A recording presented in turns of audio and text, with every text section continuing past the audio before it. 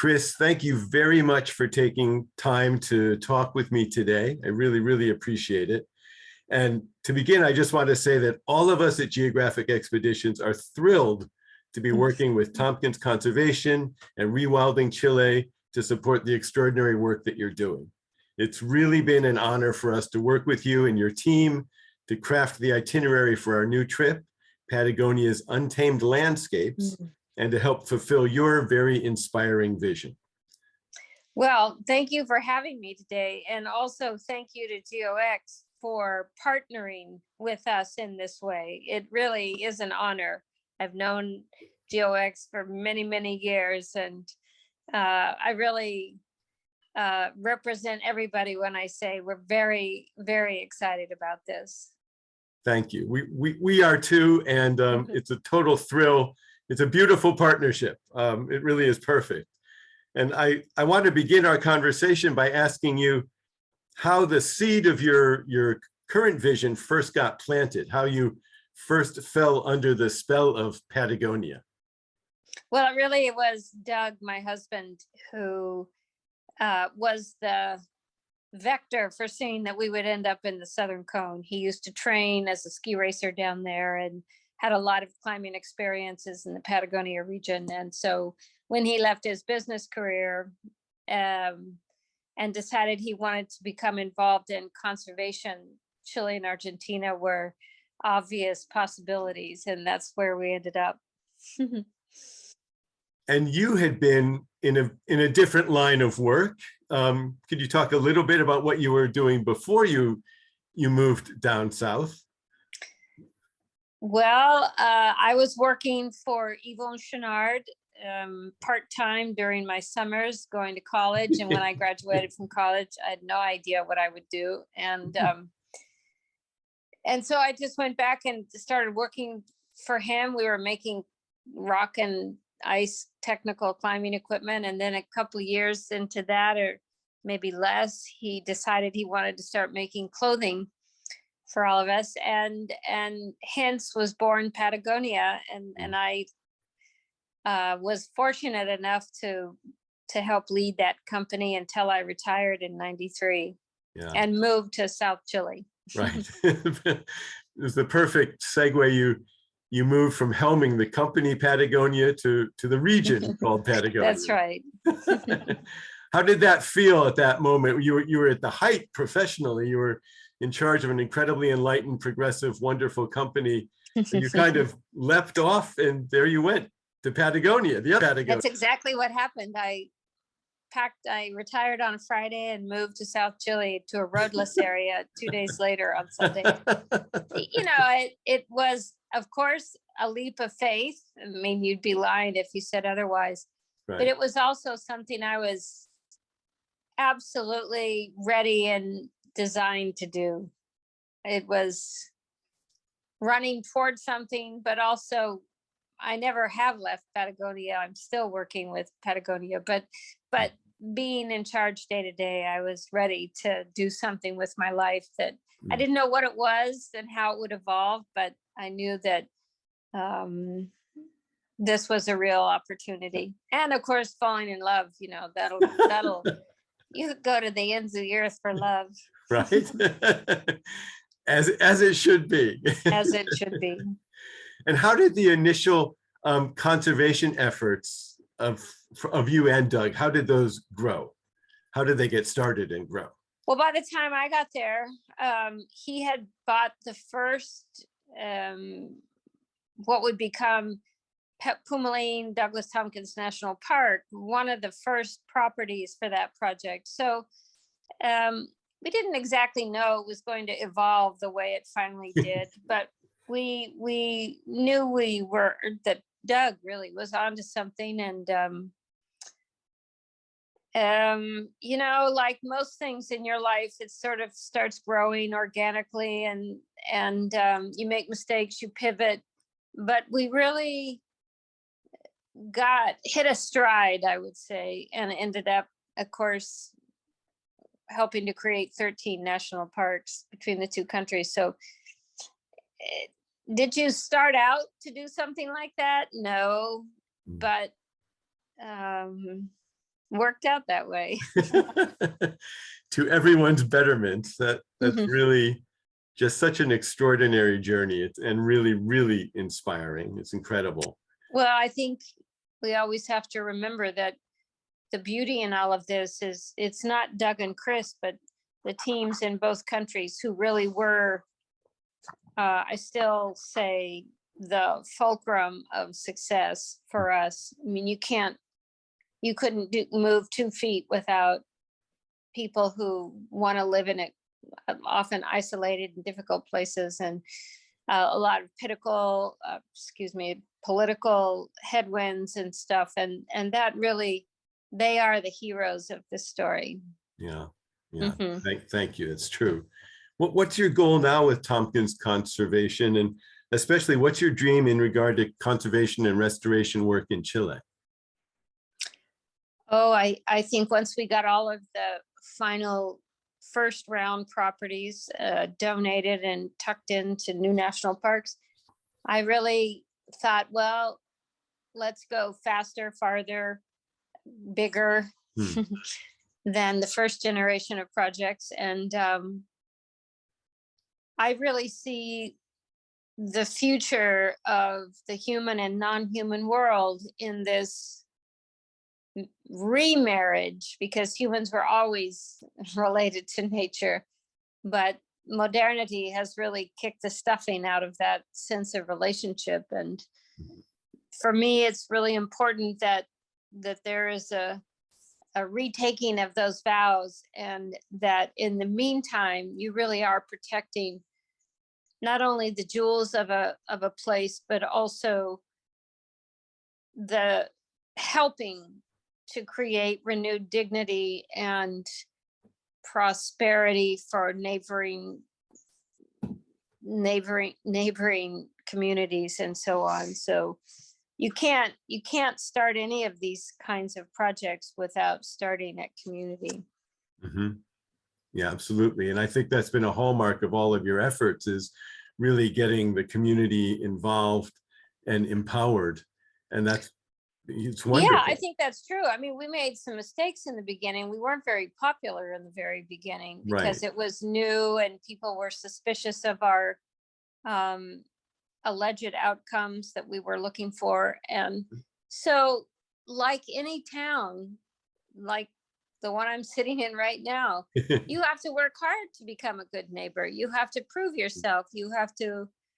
That's day to day, shoulder to the grindstone work, that you have to deserve people's respect. And I have always understood that and knew that wherever we were in the world, that law of good neighbors exists. And these things take years.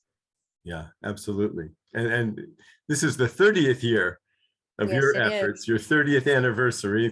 Congratulations. That's really, really Yeah, extraordinary. well, gosh, if you add up the people who have worked with us over 30 years, it's hundreds of people. And so Right.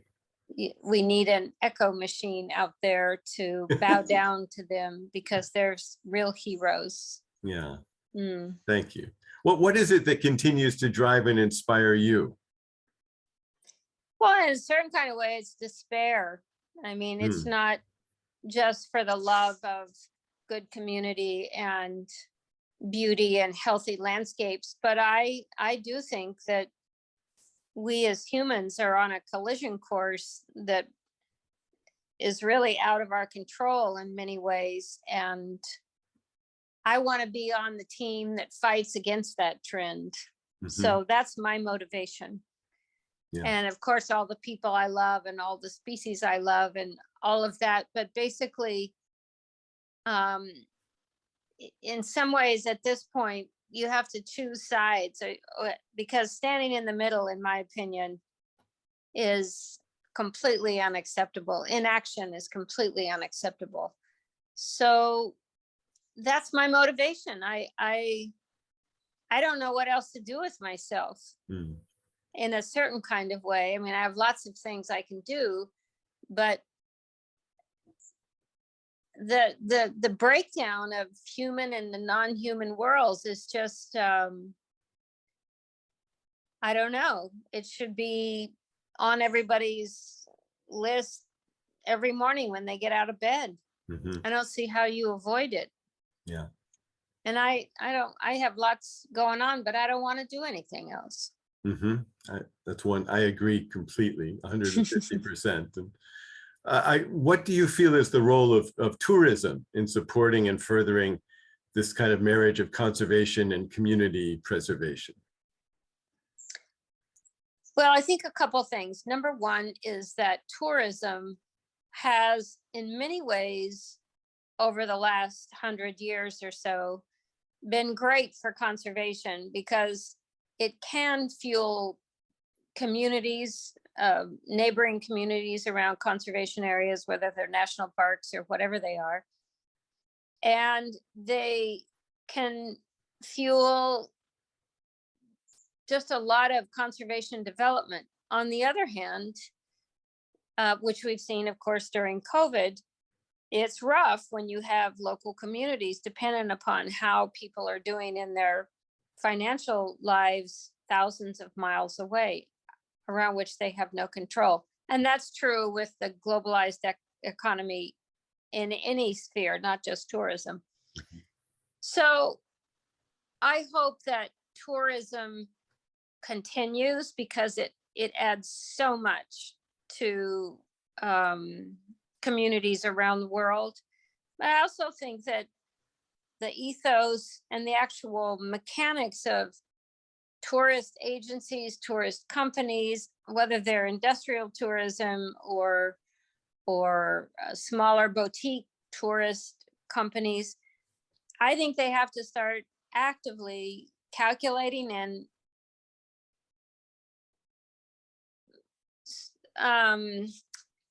paying a kind of tax. You could call it a beauty and life tax. Mm-hmm. Wherever you go, if it's on a ship, it's for the oceans. Wherever it is, that there is a beauty and life tax that goes into projects that people are visiting, that it goes back into the communities that they've passed through.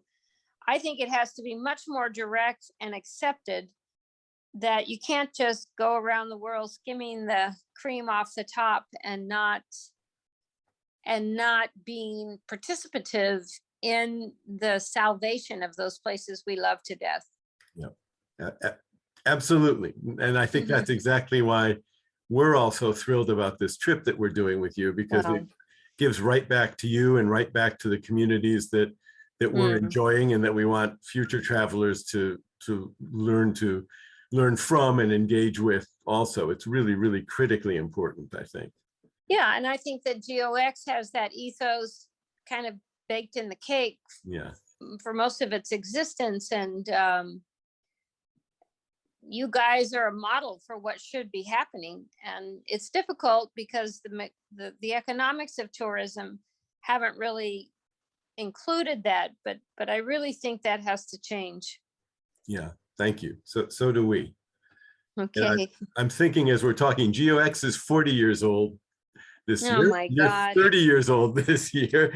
30 years is a very substantial amount of time, Kris. Congratulations. Thank you. I'm wondering, looking back on that journey with all of its triumphs and all of its challenges, how do you feel today? What do you feel today? Oh, I have, even having lost the love of my life a few years ago, I have a charmed, extraordinary life from the day I was born until next week when I'm 72. Wow. I imagine working at Patagonia is the only place I've ever worked, and then doing this work with Doug and the teams over so many years. I don't know. I just feel like every grateful moment I have in my life, I'm not an angel, but I do try to live with that recognition of what I've been given. As someone said, of those to whom much is given, much is asked. Right. And I feel that. I mean, we grow up that way, and I'm probably my harshest critic and toe the line on myself more than anything else, because I know what kind of life I've led, and I know that it's blessed. So, and plus I love this. Well, you're an incredible inspiration. And I really think all of us at GeoX think you're one of the planet's great treasures. We're Oh my lucky to goodness, have thank you. you. Thank you very much. And we are absolutely thrilled to be partnering with you. And Oh my Lord, this is a big deal for Rewilding Chile. The head of Rewilding Chile has worked with us for 27 years. She's a pistol. The whole team is in Chile, and we're so honored to have GeoX as a partner in this way. It's a model, and it's also a gift. Thank you. Well, we're going to do great things together. Thank you. Thank you. Thanks for taking the time to talk with me, Kris. I really, really appreciate it. You bet. Same here. Bye-bye. Bye.